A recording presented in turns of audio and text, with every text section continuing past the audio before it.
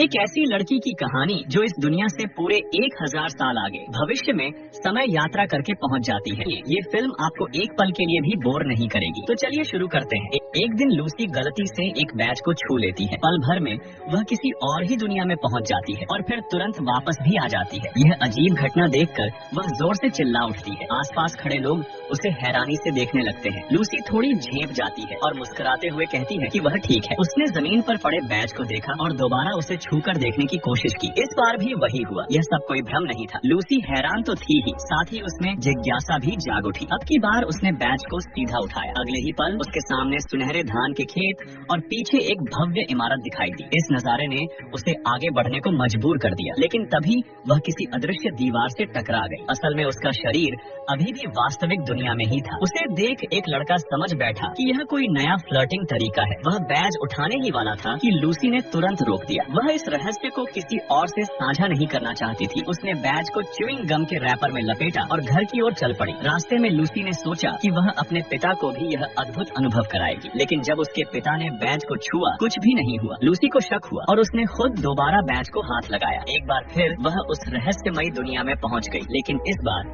उसने महसूस किया कि वह बहुत तेजी से कहीं जा रही है। उसके पिता को लगा कि बेटी मजाक कर रही है और गुस्से में आकर बैज जब्त कर लिया। लूसी इतनी आसानी से हार मानने वाली नहीं थी। रात को जब पिता सो गए तो वह चुपचाप उनके कमरे में गई और बैज उठाने लगी। जैसे ही उसने बैज को छुआ वह फिर उसी सुनहरी दुनिया में पहुंच गई। अब उसने बिना समय गंवाए सीधा इमारत की ओर कदम बढ़ाया, पर फिर से हवा की दीवार ने उसे रोक लिया। लूसी समझ गई कि असली दुनिया की कोई दीवार आड़े आ रही है। तभी उसके दिमाग में एक उपाय आया। वह दिशा तय कर एक साइकिल पर सवार हो गई और उस दिशा में चल पड़ी जहाँ इमारत थी। एक खुले मैदान में पहुंचकर जहाँ कोई बाधा नहीं थी उसने बैज निकाला। इस बार वह सीधे उस इमारत के भीतर पहुंच गई। उसके सामने एक भविष्य की टेक्नोलॉजी से भरपूर शहर था, जहाँ बिना ट्रैक के चलती हुई ट्रेनें थी, रॉकेट जो खुद वापस उतर सकते थे, यहाँ तक कि गुरुत्वाकर्षण को मात देने वाले स्विमिंग पूल भी। लूसी रोमांच से भर गई। वह फौरन एक ट्रेन में चढ़ गई और बाद में एक रॉकेट लॉन्च पैड की ओर बढ़ी। वह रॉकेट में चढ़ने ही वाली थी कि उसके पैरों में भारीपन आ गया। बैज के पीछे एक काउंटडाउन भी शुरू हो गया था। वह जिद से आगे बढ़ने लगी, लेकिन अचानक ही वह वापस असली दुनिया में खिंच गई। घर पहुँचते ही उसने इंटरनेट पर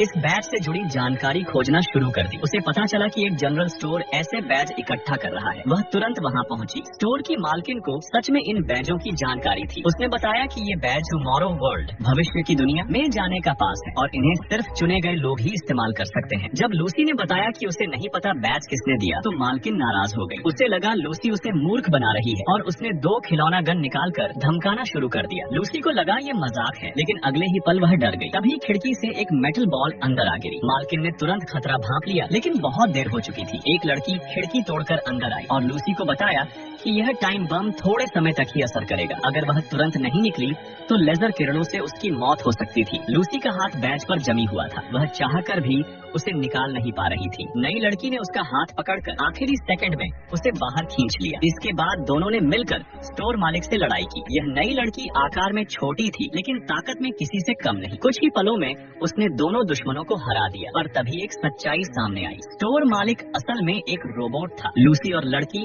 वहाँ से भागने लगी। वे कार में बैठकर निकल गईं। रास्ते में पता चला कि नई लड़की का नाम अथीना है और वही एक रिक्रूट ऑफिसर है। उसी ने चुपचाप लूसी को बैच दिया था, लेकिन जैसे ही लूसी को पता चला कि अथीना भी एक रोबोट है, वह घबरा गई। उसने गाड़ी रोकी और वहाँ से भाग निकली। अथीना ने पीछा करने की कोशिश की, लेकिन तभी वह एक कार से टकरा गई। ड्राइवर डर गया और उसकी ओर भागा। तभी एक और लड़की कार लेकर भाग गई। ड्राइवर भागती हुई कार के पीछे गया। उधर टकराई हुई अथीना एकदम से उठ बैठी और अब वह तेजी से कार का पीछा करने लगी। इतनी तेजी से कि उसकी रफ्तार अब इंसानों जैसी नहीं लग रही थी। रियर व्यू मिरर में उसे भागते देख केसी की आंखें हैरानी से फटी रह गईं। फिर अचानक वो लड़की सीधे गाड़ी के बोनट पर कूद पड़ी। केसी डर के मारे ब्रेक पर जोर से पैर मारा। जड़त्व के कारण वो लड़की सीधे ड्राइविंग सीट से टकरा गई। उसने बिना वक्त गंवाए चाबी तोड़ दी और फिर दरवाजे का हैंडल भी तोड़ डाला। अब केसी के पास कोई रास्ता नहीं बचा था, बस वही करना था जो लड़की कहती। जब देखा कि वो लड़की उसे नुकसान नहीं पहुंचा रही, केसी ने खुद को शांत किया और उसकी बात सुनी। लड़की ने अपना नाम अथीना बताया और कहा कि वो फ्यूचर वर्ल्ड से आई एक रिक्रूटर है। उसका मिशन है कुछ खास लोगों को फ्यूचर में ले जाना और केसी थी उसकी लिस्ट में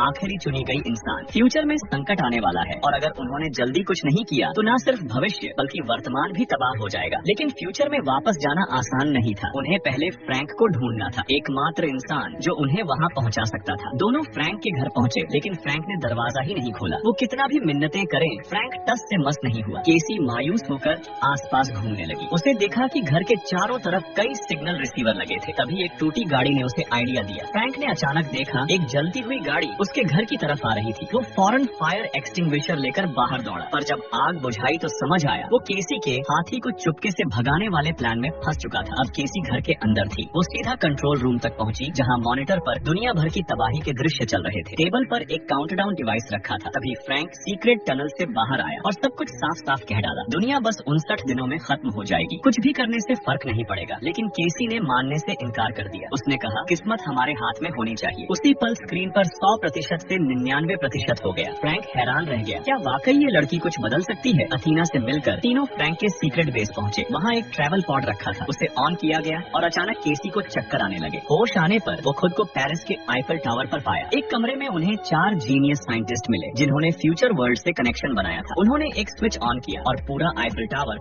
2 हिस्सों में बंट गया। नीचे से एक जायंट रॉकेट ऊपर उठने लगा। केसी, अथीना और फ्रैंक उसमें चढ़े और रॉकेट हवा में उड़ा। एक ऊंचाई पर पहुंचने के बाद रॉकेट का बूस्टर हिस्सा अलग हो गया और कैप्सूल उलटी दिशा में घूमकर अत्यधिक स्पीड में पृथ्वी की ओर आया और फिर उसने स्पेस टाइम बैरियर को तोड़ दिया। अब वो फ्यूचर वर्ल्ड में थे, लेकिन यहाँ सब उजड़ा हुआ था। फिर कुछ फ्लाइंग व्हीकल्स आए और उन्हें डेविड, फ्यूचर वर्ल्ड के गवर्नर के पास ले जाया गया। फ्रैंक ने डेविड को बताया कि केसी शायद दुनिया को बचा सकती है। डेविड उन्हें टाइम मॉनिटरिंग टावर ले गया, जहाँ क्वांटम टेक्नोलॉजी से वो न सिर्फ भविष्य देख सकते थे बल्कि अतीत भी। केसी ने देखा 3 दिन पहले का खुद का अक्स। फिर उन्होंने देखा युद्ध, न्यूक्लियर धमाके, बाढ़ और तबाही। केसी डर गई और पूछा, अगर ये सब पहले से जानते थे तो लोगों को फ्यूचर वर्ल्ड क्यों नहीं लाया गया? डेविड बोला, ये सब इंसानों की अपनी करनी है, हम केवल टैलेंटेड लोगों को ही अपनाते हैं, वरना यहाँ भी तबाही मच जाएगी। केसी को ये गलत लगा, पर वो कुछ कर नहीं सकी। तभी उसने नोटिस किया ड्यूम्सडे इमेजेस थोड़ी देर के लिए बदली। उसे समझ आया ये मशीन फ्यूचर नहीं दिखा रही बल्कि डर और नकारात्मकता फैला रही है, जिससे लोग धीरे धीरे खुद तबाही की तरफ बढ़े। अब उन्हें समझ आया असल खतरा टाइम मॉनिटरिंग टावर है। वो फिर से डेविड के पास गए और उसे सब बताया, पर डेविड को कोई फर्क नहीं पड़ा। फ्रैंक को समझ आ गया ये सब प्लान उसी का था। फ्रैंक ने डेविड पर हमला किया, अथीना ने रोबोट्स से लड़ाई शुरू की और केसी ने एक बम फेंका